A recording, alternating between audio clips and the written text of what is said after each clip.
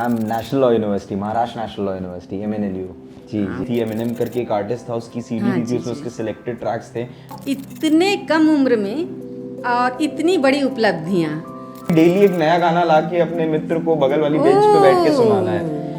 बिल्कुल एकेडमिक्स करना पड़ता है। हम इंडियन ब्राउन सेटअप में बड़े हुए हैं जहाँ पे स्टिल एजुकेशन को एक प्राइमल करियर माना जाता है और एंटरटेनमेंट को एक प्राइमल करियर नहीं माना जाता है। तो बेडशीट को सीधा करने से एक गाने के वोकल को सीधा करने तक जितना डिसिप्लिन लगता है उसको मैम मैं पूरी तरह फॉलो करता हूँ। उसने कहा था कि you can never heal what you never reveal. मैं मैम हर बार गरीबों को खिलाना वृद्धाश्रम में अपने बर्थडे पे, फैमिलीज के बर्थडे पे, और ये सब और मेरे पास फंड्स नहीं थे, कोई सपोर्ट नहीं था, इंडिपेंडेंटली कर रहा था। तब मैम मेरे हिसाब से मैंने सिर्फ सुबह उठ के रियाज किया है। मैंने नॉन स्टॉप साल डेढ़ साल सुबह उठ के डेली अपनी कला का रियाज किया है और उसने काफी निखारी हैं चीजें। जो होता है आत्मविश्वास से भरा विजय होती है उसी की सदा। जोहार संगवारी, मैं शशि किरण वर्मा हमार पॉडकास्ट में आप मन के स्वागत करत हूँ। हमार पॉडकास्ट के नाम हवे छालीवुड एक्सप्रेस और आज के हमारे मेहमान हैं अनिरुद्ध मिश्रा जी, जो हमारे इंडियन हिप हॉप के स्टार। Thank you ma'am. तो बहुत बहुत स्वागत है आप मन के Mishra ji. Thank you ma'am. आप मन हाँ हाईली एजुकेटेड हो, लॉ के क्षेत्र में पढ़ाई करे हो और रायपुर में जिन हिदायतुल्ला यूनिवर्सिटी है, जिन हाँ सेंट्रल यूनिवर्सिटी है, जेकर बहुत नाम है इंडिया लेवल पे, वहाँ से आप मन ग्रेजुएशन करे हो, LLB करे हो, उसके बाद मास्टर्स डिग्री भी करे हो। Yes ma'am. वो महाराष्ट्र के जाने माने, वो भी central university ma'am national law university, Maharashtra national law university, MNLU। जी जी बहुत बढ़िया बहुत बढ़िया। तो मतलब आप मन एजुकेशन के क्षेत्र में अतेक गए हो जी, है ना, अतेक आगे बढ़े हो, मतलब जबरदस्त वकील बन सकत रहे हो आप मन। तो फिर ये क्षेत्र कला के क्षेत्र ला, रैप के क्षेत्र ला कैसे चुने हो? मैम ऐसा था कि जब मैं छोटा हुआ करता था, हाँ मुझे ध्वनि, साउंड, एंटरटेनमेंट काफ़ी इंटरेस्ट देता था, काफ़ी दिलचस्पी आती थी मुझे। हाँ हाँ बिल्कुल एकेडमिक्स करना पड़ता है। हम इंडियन ब्राउन सेटअप में बड़े हुए हैं जहाँ पे स्टिल एजुकेशन को एक प्राइमल करियर माना जाता है और एंटरटेनमेंट को एक प्राइमल करियर नहीं माना जाता है। हाँ, उसके बावजूद मैम मुझे ऐसा लगा कि मैंने अपने शुरुआत से ही ऐसे आर्टिस्ट सुने। मेरा एक मित्र हुआ करता था स्कूल का, नाम नहीं लेना चाहूँगा, बहुत नॉटी किड था वो। किड ने मुझे पहली बार एमिनेम करके एक सीडी दी थी। एमिनेम करके एक आर्टिस्ट था, उसकी सीडी दी थी, उसमें उसके सिलेक्टेड ट्रैक्स थे। मैंने और गाना सुना था, smack that all on the floor, smack that give me some more. तो मुझे लगा कि क्या कर रहा है भाई, ये तो नहीं सुना मैं अभी तक हॉलीवुड बॉलीवुड में, ये तो मैंने नहीं सुना। और मैम वहाँ मुझे ऐसा लगा तो मैम वही मुझे ऐसा लगा कि ये और बहुत अच्छा साउंड कर रहा था। तो मुझे लगा कि मुझे इस तरफ रुचि बढ़ानी चाहिए। तो मैंने धीरे धीरे कलम उठाई, कागज़ उठाई, उम्र के साथ वर्ड्स बढ़ते गए। फिर मैं आया कॉलेज में एक नई सेंस ऑफ इंडिपेंडेंस होती है। आप एक फ्रेश लॉ स्कूल में आए होते हैं, तो वहाँ पे मेरे कुछ फ्रेंड्स बने। मैम हम लोगों ने मिलके एक गाना बनाया, क्रेडिट जाता है मेरे कॉलेज के दोस्तों को। हम लोगों ने एक वीडियो बनाया, वो वीडियो फट गया। आजकल तो यूट्यूब की सुविधा है, यूट्यूब में डालो, एंटर मारो and you are done with the song. तो मैम वो गाना फट गया। फिर मुझे वहाँ से लगा कि अगर ये गाना चल रहा है तो शायद मैं और गाने कर सकता हूँ, ऐसा हो सकता है कि मुझे और करने की ज़रूरत है। तो मैंने वहाँ फिर पहली वीडियो डाली, दिस इज़ अनिरुद्ध मिश्रा, और इस तरीके से अपनी जर्नी को शुरू किया। बाकी शुरुआत से अगर आप एकदम डीप कॉर रेफरेंस में जाएंगे तो it starts back when I was a kid and मेरे पिताजी was still date a very great Rafi साहब एंड किशोर साहब फैन। और उन्होंने बचपन से काफ़ी गाने मुझे सुनाते रहे। घर में पूरे समय रेडियो रहता था। मतलब बचपन से ही ये माहौल ही था और सब पसंद करते थे आपके घर में, मतलब आपके ब्लड में भी है ये। बिल्कुल कह सकते हैं, बिल्कुल कह सकती है। दादाजी used to sing and all, बिल्कुल ब्लड में भी है। एंड मैम उस हिसाब से मैंने उसे कैरी किया, मैंने उसे अपने तरीके से ढाला। पहले मैं रॉक म्यूज़िक की तरफ बहुत इंटरेस्टेड था, फिर मैंने पॉप म्यूज़िक पकड़ा। फिर जब मैंने हिप हॉप सुना, मुझे ऐसा लगा कि यार ये जो बन रहा है, ये ऐसी राइमिंग, रिदम एंड पोएट्री तो मैंने कहीं नहीं दिखी। और फिर मुझे पता चला कि रैप का मतलब ही रिदम एंड पोएट्री है। तो वहाँ से मैम एक जर्नी शुरू हुई जिसमें मैं धीरे धीरे कॉलेज के सालों में पहले बीच में करना छोड़ दिया रैप, क्योंकि आपको लाइफ करियर का प्रेशर होता है। आजू बाजू सब जॉब में, प्लेसमेंट डे हो रहा है, 0 डे हो रहा है, सब जाके जॉब में बैठ रहे हैं and you are like you are in a room and you are making music और आपको लग रहा है। बट येस मैम, वो शायद वो लगन कि बार बार करते रहना, और हर बार जितनी बार मैंने गाना बनाया है कुछ नया निकला है, वो लगन की वजह से मैं कभी रुका नहीं। और मुझे शुरुआत से लगता है, मैं शुरुआत में गानों की पैरोडीज बनाता था। एक स्टार बॉय गाना था, उसकी पैरोडी हम लोगों ने बनाई थी। एक शाहिद कपूर का गाना था, उसकी पैरोडी हम लोगों ने बनाई थी। तो मुझे बचपन से ही ध्वनि की तरफ रुचि रही है और उसे और एक्सप्लोर करने की लिए हमेशा इच्छा रही है। तो शायद वही कारण है कि मैं आज भी म्यूज़िक ही बनाता हूँ। और देखिए म्यूजिक के क्षेत्र में आप मतलब आप ही लिखते हैं और आप ही उसमें धुन भी देते हैं जी और आप ही गाते भी हैं जी। तो इतने कम उम्र में और इतनी बड़ी उपलब्धियां, तो ये सब हासिल करने के लिए ज़रूर आप में बिल्कुल डिसिप्लिन रहा होगा, आपने डिसिप्लिन फॉलो किया होगा, आप में धैर्य रहा होगा, आपने परिश्रम किया होगा, और ये सब के साथ साथ ज़रूर आपका कॉन्फिडेंस लेवल रहा होगा, क्योंकि जिसके पास कॉन्फिडेंस होता है, जो होता है आत्मविश्वास से भरा, विजय होती है उसी की सदा। बिल्कुल मैम, कि जो होता है आत्मविश्वास से भरा उसकी विजय होती है सदा। ऐसी एक और था अनिरुद्ध मिश्रा। रचना है ये। क्या बात है, ऐसा एक और था अनिरुद्ध मिश्रा, और उसने भी अपना राह बना के खड़ा करा। उसमें मैम मैं इतना ही कहना चाहूँगा कि अनुशासन तो मैम जीवन की नींव है। हाँ जी। Not just music, but anywhere you go in life you need discipline, you need अनुशासन, you need sincerity, you need hard work। अनुशासन हार्ड वर्क है, मेहनत है। आप कितनी बार बार लगातार टूटने के बाद भी उसी चीज़ के करने के आते हो। तो यस मैम, ये तो बचपन से रहा है। ऐसी एक सनक थी कि लॉ का एग्ज़ाम निकालना है तो वो करा था। बचपन में मैम शरारती था, बैक बेंचर हुआ करता था। बैक बेंच पे मैम हम लोग गानों की पैरोडी बना के रट के लेके आते थे और एक दूसरे को सुनाते थे। पर अनुशासन वहाँ नहीं था कि पढ़ के एग्जाम के मार्क्स लाने, उसमें ज़रूर था कि डेली एक नया गाना ला के अपने मित्र को बगल वाली बेंच पे बैठ के सुनाना है। तो मैम हाँ, मैम अनुशासन को बहुत ध्यान देता हूँ। इनफैक्ट मैम मैंने एक बार अपने समय, एक पुराने समय की बात है मैम, कि मुझे ऐसा लग रहा था जिसे हम आज की दुनिया में ब्रेन ब्लॉक कहते हैं, जिसे हम आज की दुनिया में आर्टिस्ट ब्लॉक कहते हैं, मैं उसे फेस कर रहा था। कि जब मुझे ऐसा लग रहा था कि मैं हूँ तो रैपर, मैंने 4 गाने तो लिख लिए हैं, पर उसके आगे क्या, उसके आगे के गाने मेरे आ क्यों नहीं रहे हैं। मैम उस कठोर स्थिति से निकलने के लिए जब मुझे ऐसा लगा कि मेरे पास कुछ नहीं है और मेरे पास फंड्स नहीं थे, कोई सपोर्ट नहीं था, इंडिपेंडेंटली कर रहा था, तब मैम मेरे हिसाब से मैंने सिर्फ सुबह उठ के रियाज किया है। मैंने नॉन स्टॉप 1.5 साल सुबह उठ के डेली अपनी कला का रियाज किया है, और उसने काफ़ी निखारी हैं चीज़ें। उसने मुझे ये भी सिखाया है कि कैसे छोटी छोटी डिसिप्लिन, जैसे सुबह उठ के अपना बेड बनाना। अभी आप एक चीज़ बताइए, अभी आप सुबह उठ रहे हैं, आप दुनिया भर का सारे काम करके आ रहे हैं, और जब आप वापस आते हैं और एक खराब बेड देखते हैं, उसके बजाय जब एक साफ सुथरा क्लीन बेड देखेंगे तो आप उसमें ऑटोमेटिकली लेट जाएंगे जाके। आपको लगेगा मेरे पूरे दिन की मेहनत हो गई, मैं शांति से सोना चाहता हूँ। और उससे एक बहुत बड़ा, हाउ शुड आई से, एक दैट इज अ कार्मिक इंटरवेंशन। मतलब अपने कर्म सही करते हैं और उसके बेसिस पे आपका पूरा आगे का साइकिल सही होता है। तो एक बेडशीट को सीधा करने से एक गाने के वोकल को सीधा करने तक जितना डिसिप्लिन लगता है, उसको मैम मैं पूरी तरह फॉलो करता हूँ। मैं प्योर वेजिटेरियन हूँ। बिल्कुल मुझे मदिरा पान और ऐसे शौक भी बिल्कुल नहीं है मैम। और मैं जनरली कोल्ड ड्रिंक्स वगैरह भी अवॉइड करता हूँ। मैं अपनी ज़िंदगी में वीगन रहा हूँ, और मुझे अपनी पर्सनल हैबिट्स को भी उतना ही अच्छा रखना पसंद है, इतना स्टूडियो को, और इनफैक्ट उसके आगे अपने गानों को।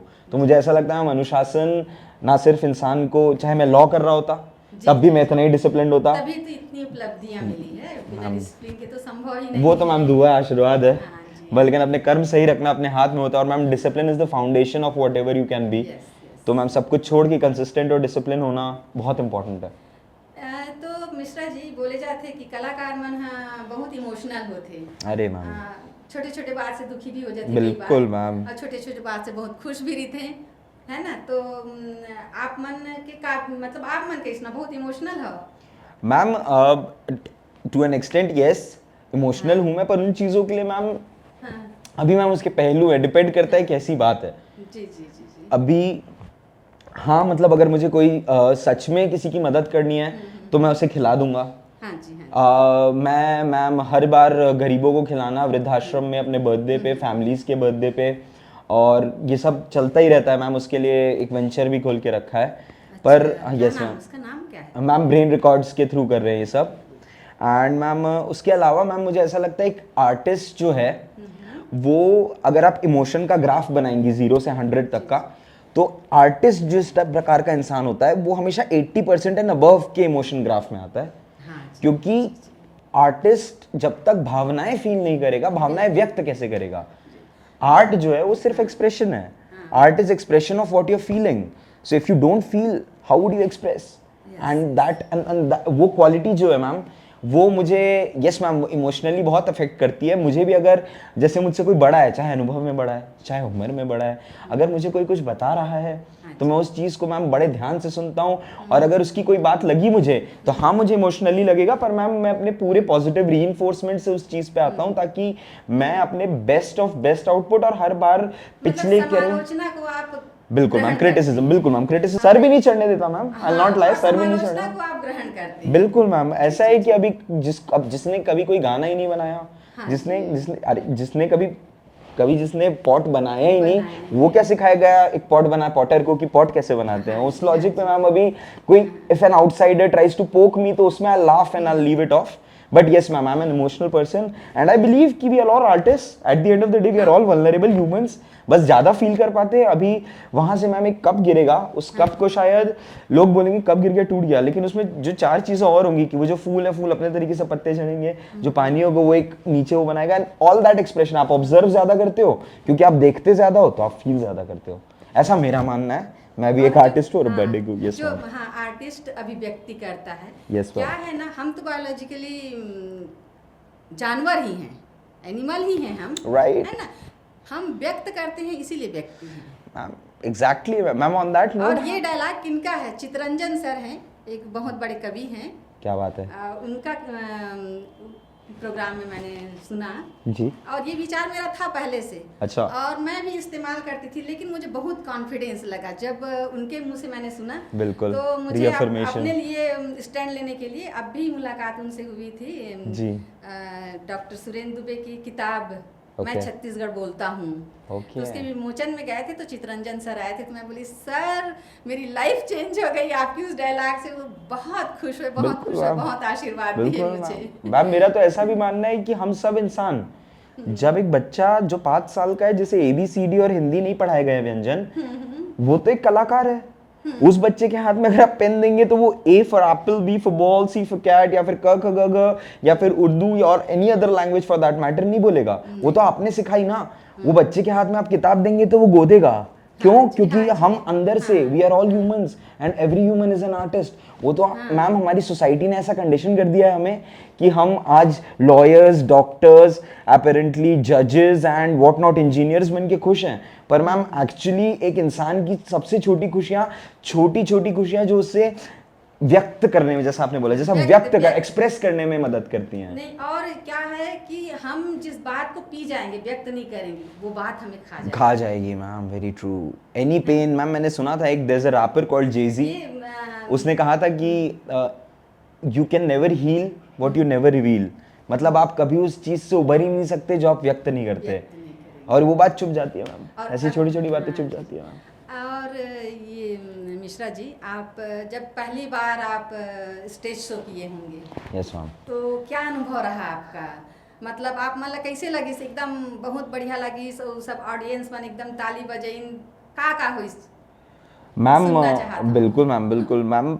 देखिए मैं था 9वीं कक्षा में, मैंने KPS से पढ़ाई करी है, KPS Dunda, Krishna public school. Yes ma'am, वहाँ से मेरा बड़ा बेटा भी पढ़ा है। Beautiful ma'am, see all artist are born from KPS। Yes ma'am, तो KPS में था मैं, तब मैंने 9th क्लास में एक इवेंट होता था कि जो कॉयर होता है, जहाँ पे प्रेयर होती है, सब बच्चों की एक साइड असेंबली होती है सुबह, वहाँ पे हर सेक्शन के बच्चे आते थे। एक क्लास के 9th है 10th है, उनके हर सेक्शन के बच्चे आएंगे, एक गाना चूज करेंगे और आके एक कॉयर की तरह, एक ग्रुप की तरह परफॉर्म करेंगे। तो मैम तब सब लोग गाने चूज कर रहे थे, मैंने गाना दिया था और हमने वही गाना परफॉर्म किया था। वो गाना था standing in a hall of fame, and the world would be knowing your name. तो मैम वो गाना मेरा सजेशन था, वो गाना हमने परफॉर्म किया, उसका बहुत अच्छा रिस्पॉन्स आया। तब उस दिन मुझे पहली बार ऐसा लगा कि यार Anirudh, you are made for that stage bro. अब मैम वो फीलिंग मुझे पहली बार वहां से आई थी। फिर प्रोफेशनल परफॉर्मेंस मेरी पहली, if I am not wrong ma'am, 2019 pre Covid में थी। जब मैंने दिस इज अनिरुद्ध मिश्रा गाना डाला था, और वो मैं शायद गया था बिलासपुर में जैन इंटरनेशनल स्कूल, शायद आपने सुना होगा। हम बिल्कुल जानते Yes, हैं, हम ma'am. 10 साल रहे हैं बिलासपुर में। मैम सेम 5-6 इयर्स मैंने स्पेंड किया था बिलासपुर में। मैम तब मैं तो yes ma'am, coming back to जान इंटरनेशनल में मैम मैं गया था परफॉर्म करने, काफ़ी अच्छा रिस्पॉन्स। तब तो मतलब मेरे भी 2 ही गाने बने थे टोटली, हाँ जी। तो मैम मुझे भी उतना आइडिया नहीं था कि how to make songs, how to go further with songs, but it was beautiful. और मतलब ऐसा रिस्पॉन्स, और मैम वो जो एक फीलिंग होती है ना, जब लोग वो आपके फील महसूस किए हुए गाने को सामने रिपीट कर रहे होते हैं, my God it is the best feeling. शायद इसीलिए जी रहे हैं मैम, क्योंकि ma'am I do art, so I make music. मैं गाने इसलिए बनाता हूँ ताकि मतलब मैं मृत ना हो जाऊँ। बिल्कुल, मैं म्यूजिक इसलिए बना रहा हूँ कि मेरी जीवन की जो एक पार्ट है उसमें रखा हुआ है। जैसे मैम एक हैरी पॉटर का कॉन्सेप्ट है होरक्रक्स, एक तो आप अपनी जिंदगी का एक अंश छोड़ देते हैं एक चीज में। मुझे ऐसा लगता है म्यूजिक इज दैट अंश which keeps me आपके running life and का। living. Yes ma'am, it's a petrol to my life. और वैसे संगीत, जैसे एक पीपल का पत्ता खड़क रहा है उसमें भी संगीत है, हवा चलती बिल्कुल है मैम, उसमें बिल्कुल संगीत है, मैम। मेरी पायल बजती है उसमें संगीत है। मैम पिताजी चिल्लाते हैं उसमें संगीत है। फिर बाकी चीजें तो अच्छा, आपका भी मतलब लेटेस्ट परफॉर्मेंस के बारे में बताइए। Yes, और ma'am. जैसे मतलब वो पहला था और आपने इतने सारे किए, उसके बाद लेटेस्ट, तो फिर कैसा अनुभव रहा, कैसा सुधार आया है, कैसे चमक आई है? मैम टेक्निकलिटीज में इम्प्रूवमेंट हुई है। अब मुझे ये समझ में आने लगा है कि कौन से माइक यूज़ करने होते हैं। मुझे ये समझ में आने लगा है कि ऑडियंस किस डायरेक्शन में है, तो किस हाँ डायरेक्शन जी, में परफॉर्म करना है।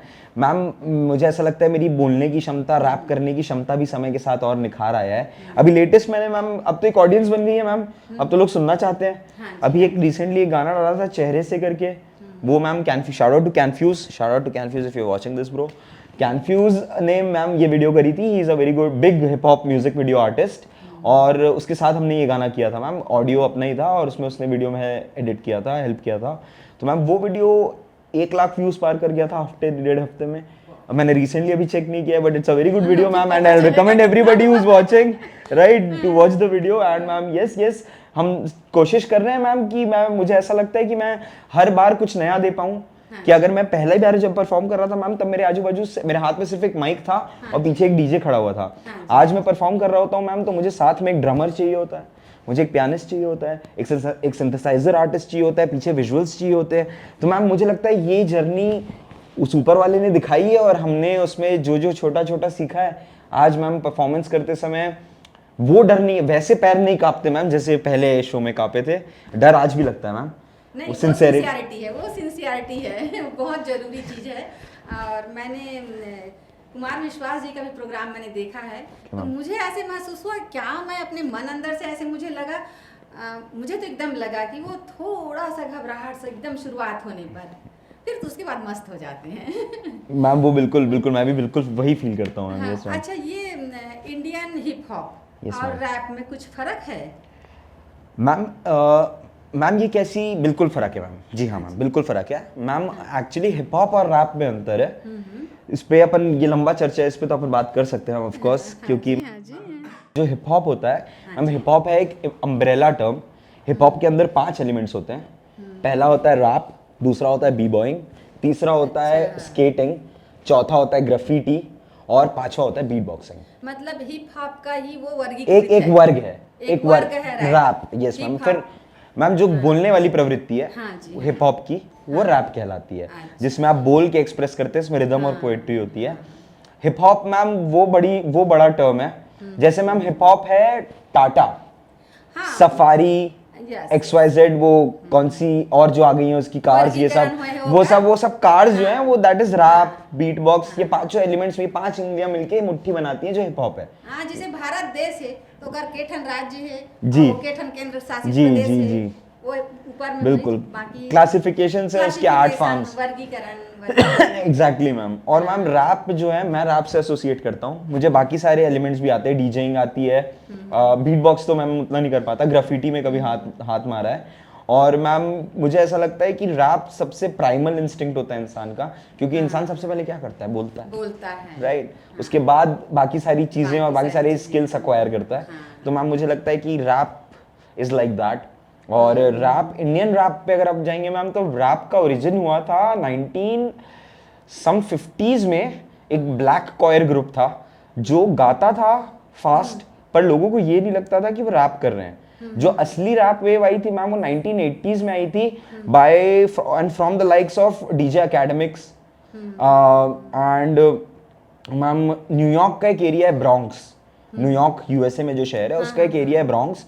वहाँ पे मैम जैसे जो ब्लैक्स होते हैं, जो जितने ब्लैक इंडिविजुअल्स हैं, जो अफ्रीकन इंडिविजुअल्स हैं, उन इंडिविजुअल्स के साथ मैम सारे ही अफ्रीकन इंडिविजुअल्स के साथ बहुत ज्यादती हुआ करती थी। तो अपनी ज्यादतियों, अपने दर्द को उनके साथ मैम पुलिस एडमिनिस्ट्रेशन खराब बिहेव करे, उनके साथ इस चीज़ के अकाउंट्स हैं, उनके साथ बाकी लोग, वहाँ के गोरे लोग जो है, वाइट रेस जो है, उन्हें गलत ट्रिप करे। उन लोग ऑलरेडी 100 साल स्लेवरी में रहे थे, उससे लड़के अपनी सिविल वॉर जीती थी। तो मैम उस पेन को, उस दर्द को निकालना शुरू किया उन आर्टिस्ट ने म्यूजिक के फॉर्म में, वो बना रैप। एक वो तरीका है रैप को देखने का, और एक तरीका है मैम एंटरटेनमेंट के लिए, गायकी के लिए, वो उनका खुद का कल्चर है। वो धीरे धीरे न्यूयॉर्क से मैम पहले यूएसए में वेस्ट कोस्ट गया, जहाँ पे उसने अपने पायनियर और मेरे हिसाब से पीक देखा, जैसे कि टूपाक शाकर, स्नूप डॉग, डॉक्टर ड्रे, और मैम ईस्ट में इधर बिगी था, नास था, जेजी था। these people have solidly found the LL Cool J, राकिम, Andre 3000, outcast. अगर मैं किसका नाम भूल रहा हूँ तो कोई हिप हॉप फैन कोई वो ना करे, लेकिन I feel all of these people are the most important people in hip hop, जिन्होंने फाउंडेशन रखा। और मैम उसकी एक छवि हर देश ने उठानी शुरू करी। पहले फ्रांस था, फिर रशिया था, फिर यूके था, फिर आखिरी में जापान था, चाइना था, आखिरी में आते हैं हम। हमारे आए बाबा सहगल, बाबा सहगल आए, और बाबा सहगल ने revolution, yes ma'am, yes ma'am, Baba Sehgal is a very, rap सुना दो फिर अपना हो जाए आप मन के खुद बिल्कुल के बिल्कुल मैम। मैं पॉलिटिकली मुझे एक चीज़ फील होती है, मैं कम बात करता हूँ उस बारे में, पर एक गाने में मैंने बहुत खुल के व्यक्त किया, उसकी 4 पंक्तियाँ कहना चाहूँगा मैं। उसका हो क्या ये कि देख मेरे भाई तुझे बात है समझानी, वेस्टर्नाइज कंट्रोल ना ही मोदी ना ही गांधी, देश में तू लड़ेगा वेस्ट की कहानी, freedom is holistic not just the already पानी, यार देख मेरे भाई तुझे बात है समझानी, like that ma'am, like that. तो ऐसा एक गाना मैंने लिखा था, उसका नाम देशभक्त है। और मैम देखिए, अब अगेन मैंने हिप हॉप समझा, मैंने देशभक्त करके गाना निकाला, मुझे लगा कि उसकी वो इंपॉर्टेंस है। उस समय किसी को लगा होगा कि वैसा गाना निकालना चाहिए अपना, जैसा उधर था यूएस में, वो हो रहा है। तो मैम ये प्रणाली है, धीरे धीरे हम इवॉल्व कर रहे हैं। तो shout out to a lot of people ma'am. MC हीन करके एक आर्टिस्ट हैं, जिन्हें मैं बोल सकता हूँ सबसे पुराने, बाबा सहगल के टाइम से रैप करते हैं, अंडरग्राउंड रह गए थे। कृष्णा करके एक रैपर है, वो बहुत पहले से कर रहे हैं। बाकी अब तो सीन में बहुत लोग आ गए हैं मैम, अब तो हिप हॉप भी ग्रो कर गया है, अब हिप हॉप में मनी भी आ गया है। रफ्तार भाई ने पूछा था क्या रैपर्स पैसा कमा पा रहे हैं? हाँ डूड, आई गेस कमा पा रहे हैं डूड। तो अगर मैम उस तरीके से देखिए तो hip hop, Indian hip hop भी आज एक स्तर पे पहुंच चुका है।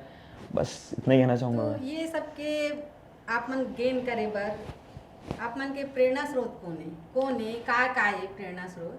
मैम वैसे तो मुख्य रूप से आपके पेरेंट्स ही है मैम, आपके ऑफ ब्लड कोर्स भी हैं नहीं मैम, लेकिन औ मतलब निखार लाए बर मैम बिल्कुल मैम, ऑफ कोर्स माता पिता मेरी फर्स्ट इंस्पिरेशन है। I look up to my dad and I want to say this on podcast that there is no man I've respected like my dad and loved like my dad and my mom and my sister, and I think family is the core of anybody who wants to become anything. बाकी ma'am inspiration, artistic inspiration मैंने draw करता हूँ ma'am business and vision के लिए I really like Michael Jackson, I really like Jay-Z, I like Gulshan Kumar ने empire बनाया था। Ma'am art और कला के लिए I really respect Eminem, I respect MF Doom, I respect modern rappers में आई रिस्पेक्ट हनुमान काइंड, सीधे मौत। इससे पहले जाके ma'am I really respect Madlib, he is a producer for production, Timbaland, Pharrell Williams god of production. I also ma'am, और जो Kanye West, रात ही खत्म ना हो मैम, रात ही खत्म ना हो, इतने नाम है, इतने लोगों से इतना कुछ सीखा है। मतलब रैप करना ने फटाफट बोलना तो याद रहना ही चाहिए मैम, नॉलेज होगा तभी तो। मैम एक बात सुनी थी मैंने हिप हॉप के लिए, अगर अब बात ही कर रहे हैं तो एकदम से मेरे दिमाग में कोट आया, क्योंकि हम मोटिवेशन की बात कर रहे हैं। मैम प्लेबॉय कार्टी करके एक आर्टिस्ट है, वो अभी नवंबर में रोलिंग लाउड हो रहा है, वर्ल्ड का सबसे बड़ा हिप हॉप फेस्टिवल बॉम्बे में हो रहा है, उसमें आ रहे हैं। यस मैम, उसमें आ रहे हैं। और एक बार तो अपना वो माइकल जैक्सन जी भी बॉम्बे आए हुए अरे थे। 95 96 अरे वेव थी मैम।